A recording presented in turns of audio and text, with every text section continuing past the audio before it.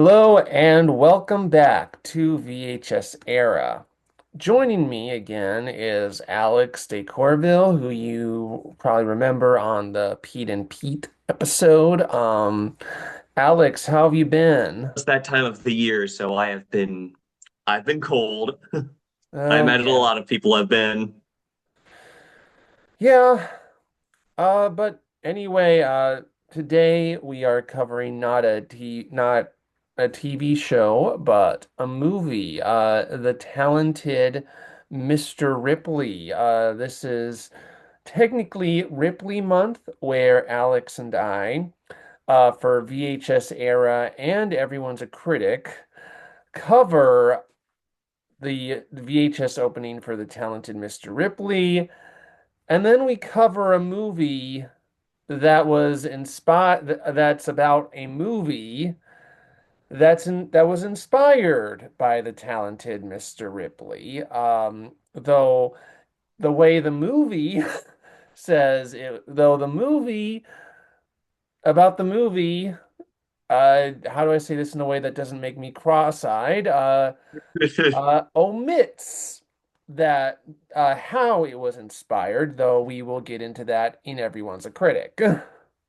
Gotta say, when you approached me about this, that was one of the things that crossed my mind. Since you approached me about the disaster artist and the talented Mr. Ripley, I was wondering, was it on your mind that because we both read the book, was it on your mind that the talented Mr. Ripley was one of Tommy Wiseau's favorite movies? I- I'm not sure if it was necessarily that it was one of his favorite movies, but but no, it is just that it did have such an inspiration on the Mhm. room uh, that I thought they would be the perfect pairing together. You know, at Mhm. first it was gonna be Saltburn, but then I decided the Disaster Artist Mhm. would be the more interesting discussion, but. Uh, But that all being said, now I will say that the I haven't like my really only big exposure to the talented Miss to the Tom Ripley to anything Tom Ripley related is the talented Mr. Ripley, the Matt Damon movie. And I think that movie is just one of those movies that like is like just what I think of when I think of Tom Ripley that I can't, that I'm not even sure I could read the books or watch the other movies. In fact, I tried to watch Ripley, the Netflix show. I heard it was good, but then it was literally just a remake of the talented Mr. Ripley that it was just like, it was just hard to just get through with that because I thought it was going to be just like the further adventures of Tom Ripley, especially seeing as they got an actor who is like middle aged. I'm thinking in the back of my mind, wait, isn't Tom Ripley supposed to be a young guy? Let's see the Netflix series. It's I guess your description is maybe why it flew under my radar. I've seen the movie twice. I know that like when Netflix was new to me, I was just like renting everything. That the fact that you can rent stuff kind of tells you what era we're talking about. I would rent everything. Though I believe it's one I first saw on streaming. It's like, back when all these movies were new to me. And I already tipped my hat to this, but I did re-watch the movie. I forget if it was streaming or if I actually went out of my way to rent it, though. I did re-watch the movie after reading The Disaster Artist and reading what an impact it had on Tommy Wiseau. Yeah. And yeah, like for those who don't know, like in the book, Greg Sestero and another friend of his first go to see the disaster artist. And the friend's like to Greg, you know, that Tom Ripley guy, that's pretty much Tommy Wiseau. Greg then takes Tommy Wiseau to see the talented Mr. Ripley, And like from Greg Sestero's account, that kind of inspired him to see to make The Room. And it's a little, as I seem to remember, it's a little it. I'm not even sure Greg knows if it's because he loved the movie or because he saw what Greg was trying to say and it spawned him to make The Room as a response. I do remember the book was also the book The Disaster Artist was also littered with quotes from the talented Mr. Ripley because of the connection. And I kind of laugh because since I already mentioned wanting to rewatch the movie after reading that, I I don't know about you, but I sat and when I watched the movie, like, okay, when's he gonna say this quote? Yeah, well, again, we'll get back to it, but just wanted to know, like, in general, what are your thoughts on the talented Mr. Ripley as a movie? Because I mean, it's been a while, but I remember really liking it when I saw it Yeah. last.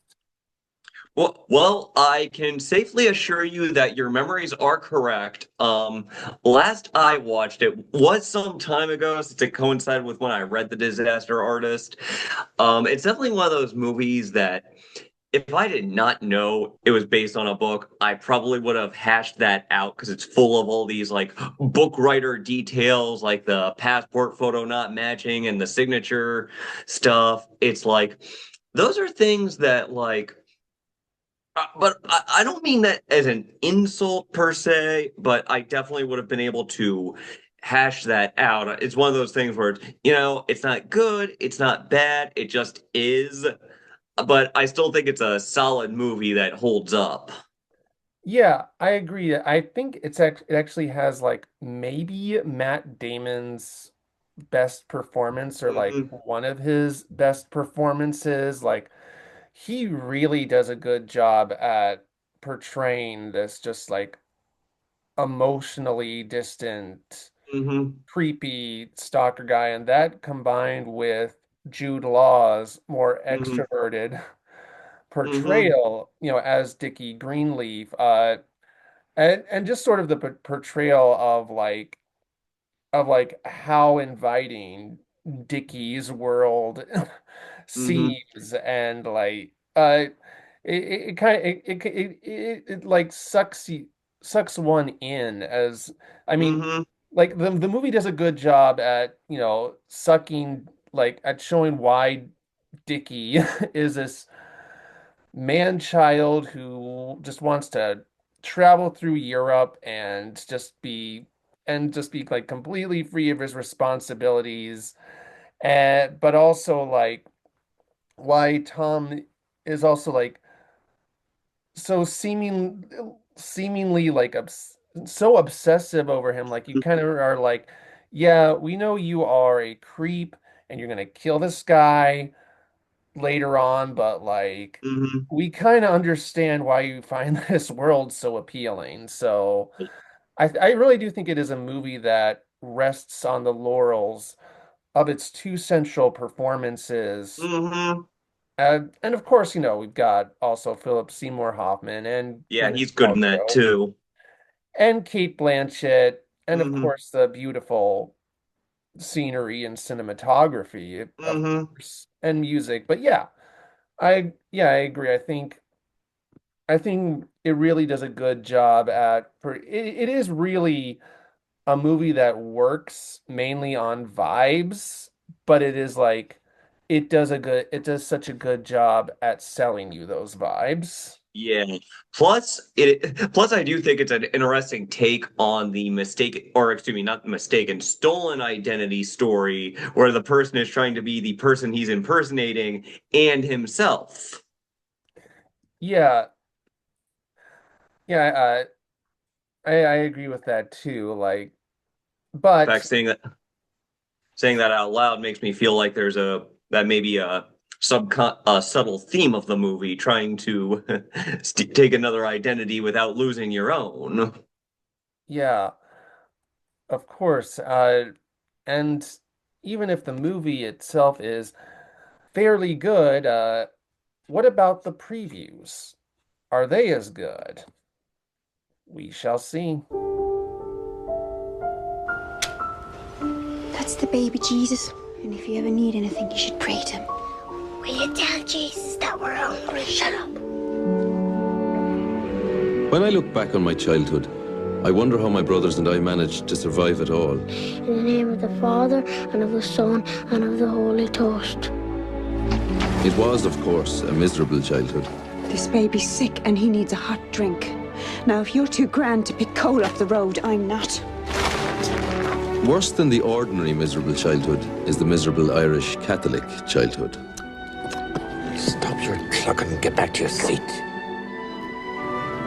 The dole is 19 shillings and the rent is 6, and that leaves 13 shillings to feed and clothe 5 people. Beggars can't be choosers, Mrs. McCourt. No, times are hard, Angela. Jobs are scarce, you know. Hello. This is my son, Francis. You're never to let anybody slam the door in your face again. Do you hear me? I do. You might be poor, your shoes might be broken, but your mind is a palace.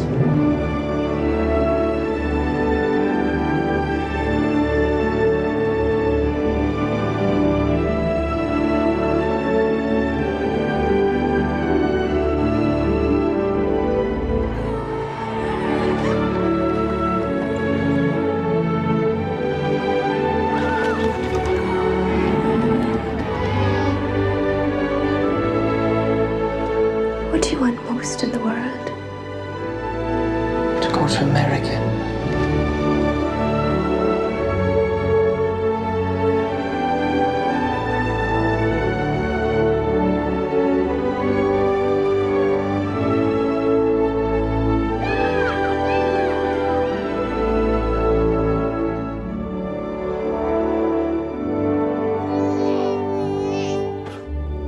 So we talked last time about video store movies, movies that just seem to exist to pass by the poster.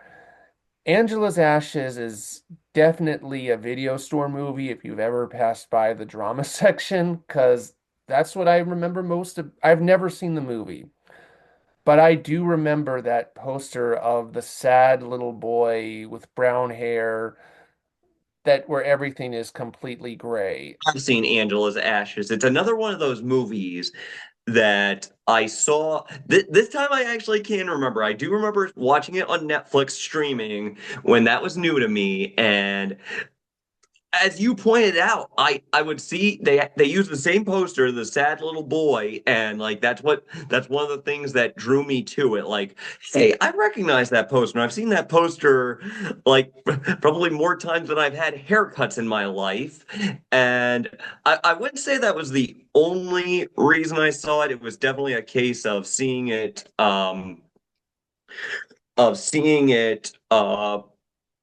well, its reputation kind of spoke for itself, and it is one of those movies that I did want to see. I will confess that my memories of it are a little hazy because it was such a long time ago, and I only saw it the one time. I definitely feel like it's a case where, technically a good movie, but once was enough. Yeah, I will say that as someone who only really recognizes the poster of the movie, I will actually say, looking at that trailer, I'm thinking, yeah, that actually looks pretty good. Like, I'm not sure it's on a to watch list, but like, yeah, I'd one day like be interested in maybe sitting down and seeing it. Like, I kind of find it interesting, like how unlike many other coming of age movies, it does seem like it does look a little more like it's about both the kid's point of view and the Mhm. parents' point of view. In fact, the trailer towards the end kind of focused more on the parents rather than Mhm. the little boy. And back in the 90s, were there many I mean, I'm sure it's not the first one ever, but was there okay, well, I guess if you count The Godfather Part 2, there's that's a technically a coming of age movie about Italian immigrants, but back in 1999, was there as many coming of age movies specifically about immigration? Trying to think. I think too. While we're on, and while I guess I'm drawing a blank because seeing the trailer, there's another great movie that I'm blanking on the name of. But if it helps people suss what I'm thinking about, it came out the same year as Empire of the Sun, and everybody talked about how this movie actually like beat out Spielberg because it got all the Oscar nominations, though. Um, Unfortunately, both movies are great, but nobody talks about either of them anymore. But it's about life during wartime. I believe it was from the same director as as Deliverance of all movies, but don't quote me on that. But uh, the reason Angela's Ashes made me think of it is that there's actually some comedy relief in it, even though it's about wartime. Like the kids are actually happy that their school gets blown up because they don't have to go to school. But uh but all I remember is that but seeing the trailer for that kind of jogged my memory of that. So I don't know. Maybe I guess I brought it up because since there's a little bit of comic relief, maybe that's kind of a better gateway into that kind of movie. Yes, I actually know what movie you're talking about. It's Hope and Glory. That's it. Yes, though actually speaking of that, I did notice the trailer highlighted Alan Parker. Mhm. And I just realized thinking about it, like I know the name and and like what else has he done and then I actually Googled him beforehand when I was, first Mhm. watching these trailers. He's the director of Pink Floyd The Wall. Mhm. Uh this looks like a completely different movie than that. Yeah, that is an outlier in his filmography because he's also directed Birdie with Matthew Modine, which when I met Matthew Modine, he had pre-signed autographs and he would give them if you promised to watch that. And he also directed Angel Heart with Robert De Niro, which also has a funny connection to Birdie because I guess De Niro wasn't a fan because somebody called him up and he was like, "Hey, aren't you the guy who directed that?" And he was like, and when he said yes, De Niro hung up on him.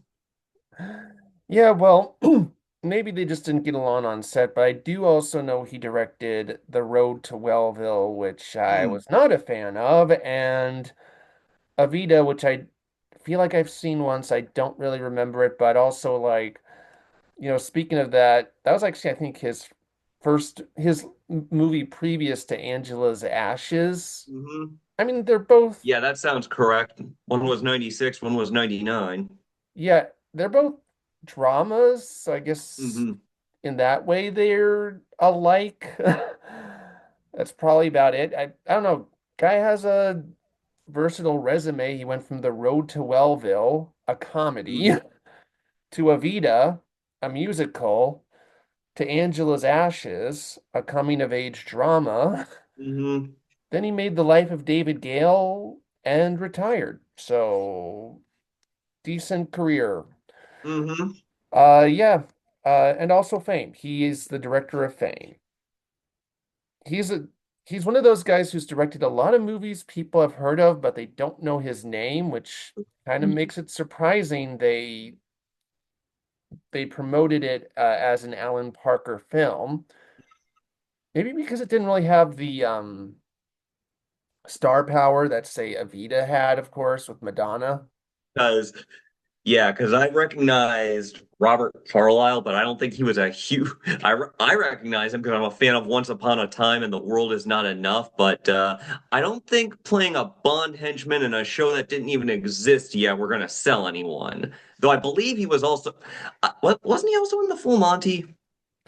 Yes. Yeah, But good movie, but unfortunately, I don't think those were selling points. yeah.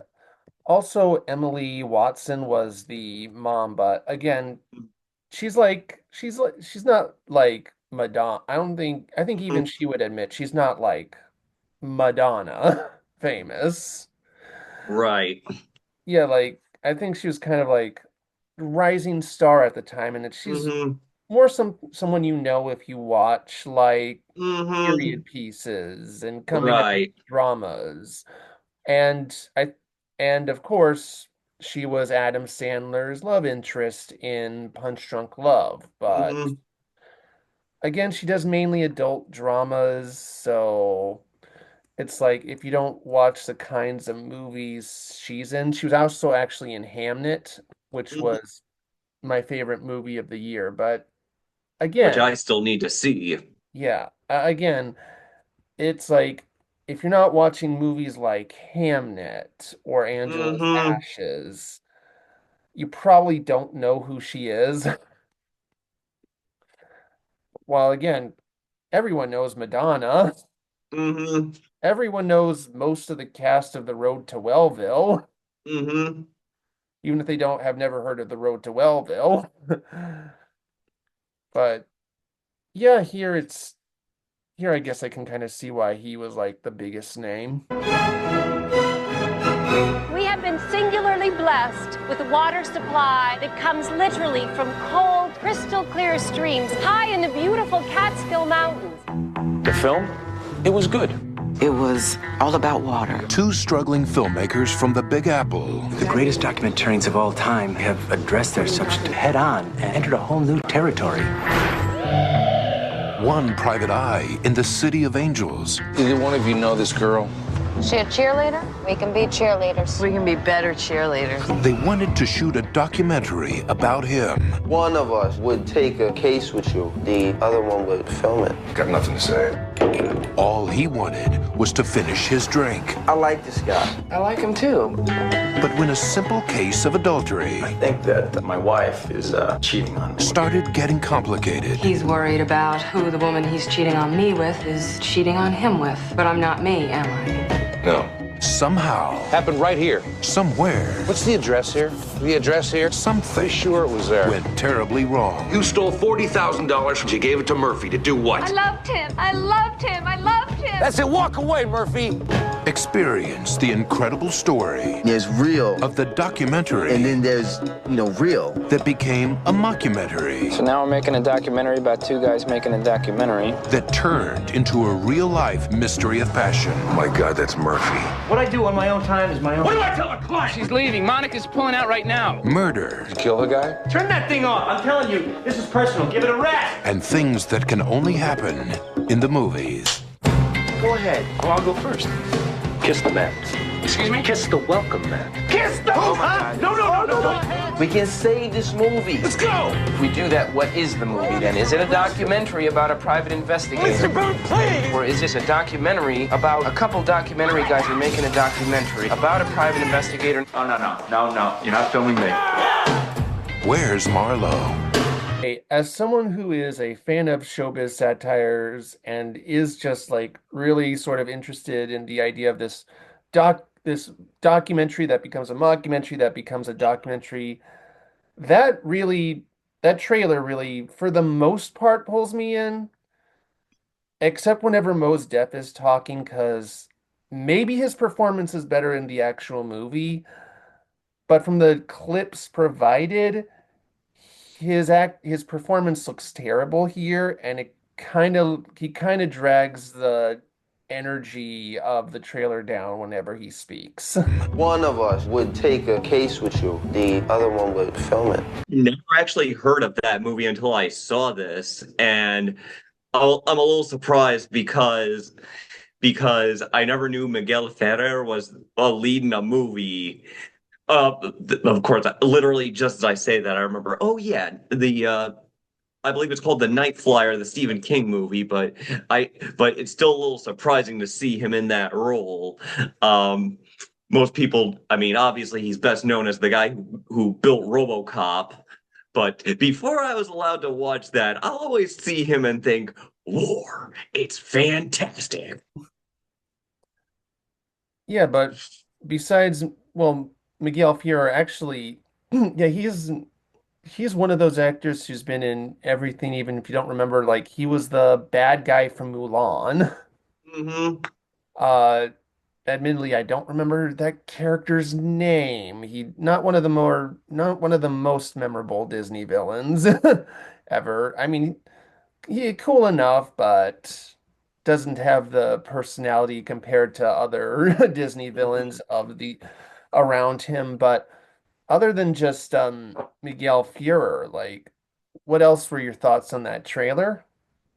It did remind me a lot of something like Kiss Kiss Bang Bang, which I do also like, and so I consider that a positive.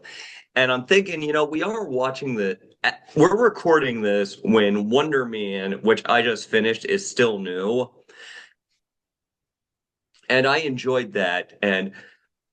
And Hollywood satires can be a dice roll. Like I've probably talked about this, but my least favorite movie ever, an Alan Smithy film, is a Hollywood satire.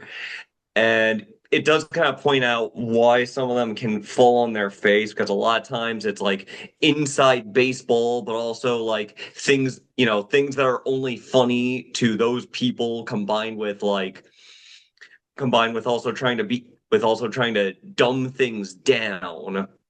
Like it's less talking about actual things, more just making jokes about jokes, if you know what I mean. But this definitely looks like Where's Marlowe looks like something that's definitely more on the wag the dog positive scale, where it at least looks like they're, not only does it look like something where they know what they're talking about, but it also looks like a crazy enough story that even if you don't know the inside details, you can be drawn in by the story. So that's one of the reasons it's like, maybe I'll track this down and watch it. Yeah, I'll have to say, in between Angela's Ashes and Where's Marlowe, I'd probably watch this first because it looks more like my type of movie, Mm-hmm.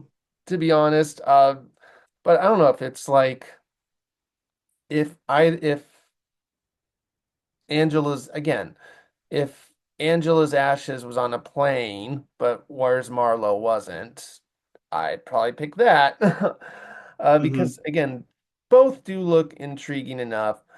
But admittedly, if I had to choose which one to watch first, it would have to be Where's Marlowe. Yeah, I'd probably pick that too. I mean, I was just saying Hope and Glory might be a good movie to ease people in because of some laughs. And well, Where's Marlowe certainly looks like it delivers on a movie that has some laughs. I hate war. I call upon Chairman Khrushchev to halt and eliminate this clandestine, reckless, and provocative threat to the decision that I made will bring the peace. He counted on America to be passive. He counted wrong. The United States will lead the way, and we expect our allies to walk with us hand in hand. When the 5 member nations of the Security Council were confirmed to have nuclear arsenals, it was assumed they would never be used. Deterrence was our global shield. We are now getting word from our correspondent that the United Nations-led American peacekeeping force has been overrun. Suppose you tell me why I'm hearing about the start of World War III on the television. We're also getting reports from the Pikes Peak area that there was a huge snowstorm. That's where the president is, of course. Where are we? Morty's Roadside. Diner. No, town. Aztec, Colorado. Home of the Screaming Beavers. Ladies and gentlemen, the President of the United States. Here we go. Unless your leader immediately withdraws from his position, I will authorize the dropping of a multi-megaton nuclear device. What you're about to do is not in your best interest or that of the country. How the United States would launch a nuclear attack, particularly when it must be initiated and completed in less than an hour and a half, is very limiting. Let's be clear. If we attack, and it's gonna be major. There's gonna be nothing left. No rebuilding, no aid, nothing. You must meet our terms unconditionally in just under 40 minutes. Send the B-2, we're gonna let her fly. Gonna let him fly. That's illegal. Am I missing something? You drop that bomb, you got my vote and the vote of every real American. Nuclear warfare is not about gambling. It's about certainty. Strategic certainty. Moral certainty. Do I seem uncertain to you? I have 4 minutes to acquire those codes. What I need is for you to set aside your personal feelings and do your job. This is the bomber that our sources in the Pentagon are telling us will be used to carry and drop nuclear weapons. This is the president. Mr. President, understand this. We have the power. We have the oil. I have the match. We are trying to follow events across the globe as efficiently as possible. I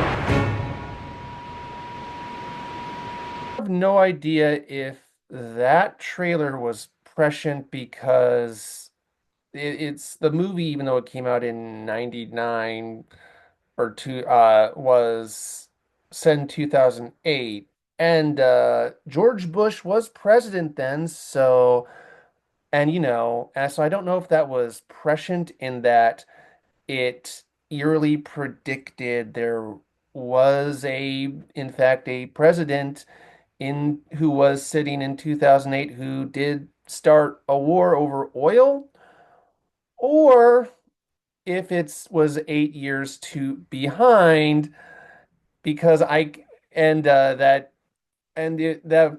movie was 8 years too early in predicting Donald Trump, Donald Trump being elected, because either that president resembles Bush or he resembles Trump. And I can't really tell. What's even weirder is that in literally one shot in this trailer, there is in fact a guy wearing a red hat right behind the president. I mean, if you really want to see weird predictions, there is in fact an episode of Lois and Clark where, I kid you not, Dean Cain is roasting someone for using the phrase "Make America Great Again." My greatest hope is that the former supporters of President Garner will join with me in making this country great again. Again? Like, my head almost exploded from that prediction. But staying on topic, this is another movie I actually have not heard of. And credit where it's due, it did kind of catch my interest. Like, oh, maybe I'll watch this one. It's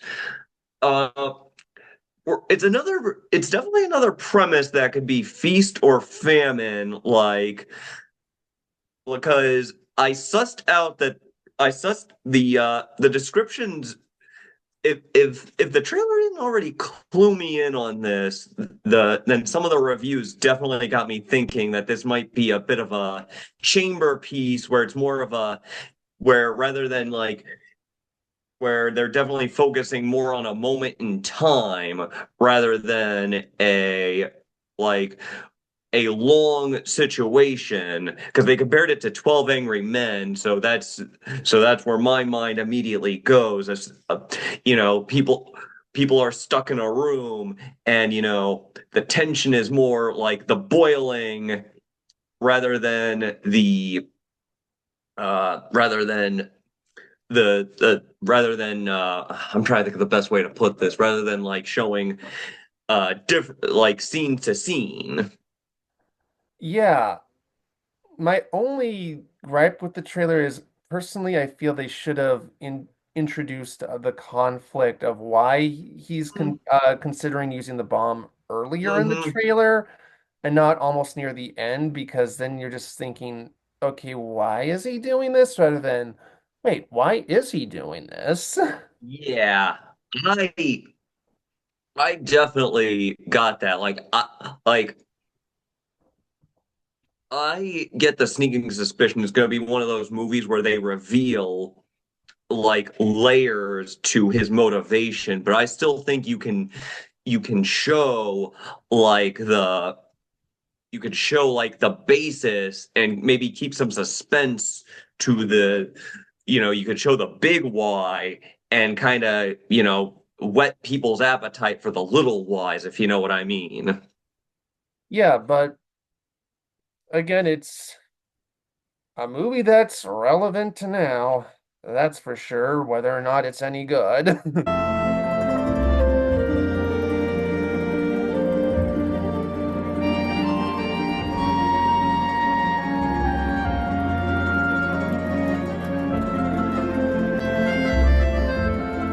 I'm kind of surprised The Talented Mr. Ripley has a soundtrack promo because it has a great soundtrack. Americano is stuck in my head, but it's not like it had like non-diegetic music playing throughout. Mm-hmm. And it really the only song is Americano, but again, great score, and there is that one catchy sonnet, but it's at least unique that a soundtrack promo does focus on the couple of songs in the movie and the score, and it at least gets the vibe of the movie, at least the first act, down pretty good. So yeah, it's fine. It's fine. So it definitely does take me back. I do remember when when movie soundtracks, when at least original soundtracks were bigger deals. It definitely feels like movies are more about those needle drops and I mean, credit where it's due. I feel like I feel like there's at least some push to make soundtracks a thing again. Like I know Guardians of the Galaxy did a big deal, but that's definitely more of the, compilation. And Wicked definitely, I mean, probably goes without saying, Wicked definitely helped a little in making soundtracks a bigger deal, but And K-pop Demon Hunters, of course. But yeah. Guardians of the Galaxy is like over 10 years old by this point, if you want to feel old.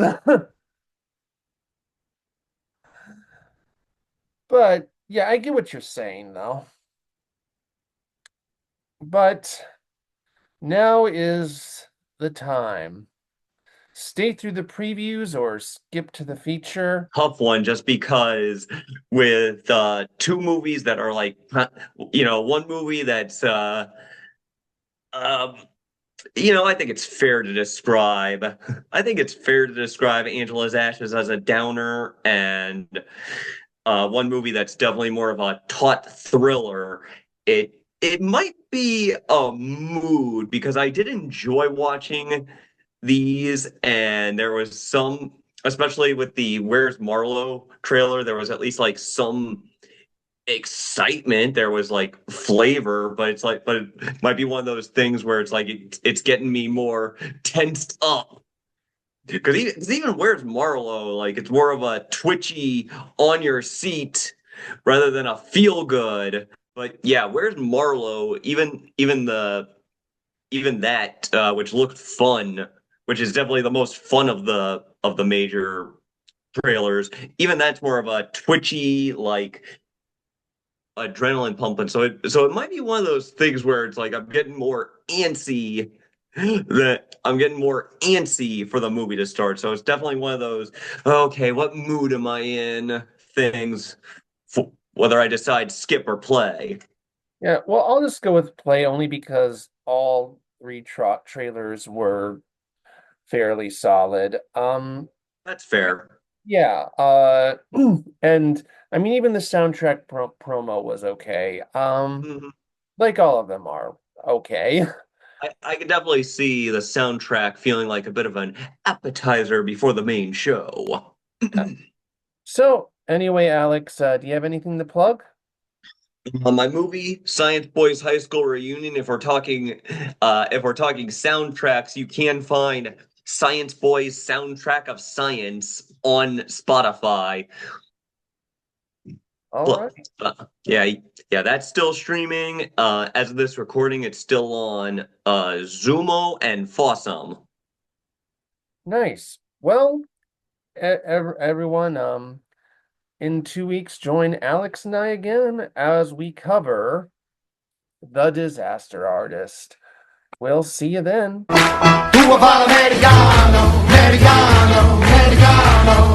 Senta me che papà, tu vuoi vivere alla moda, ma se bevi whisky and soda, poi ti senti disturbato.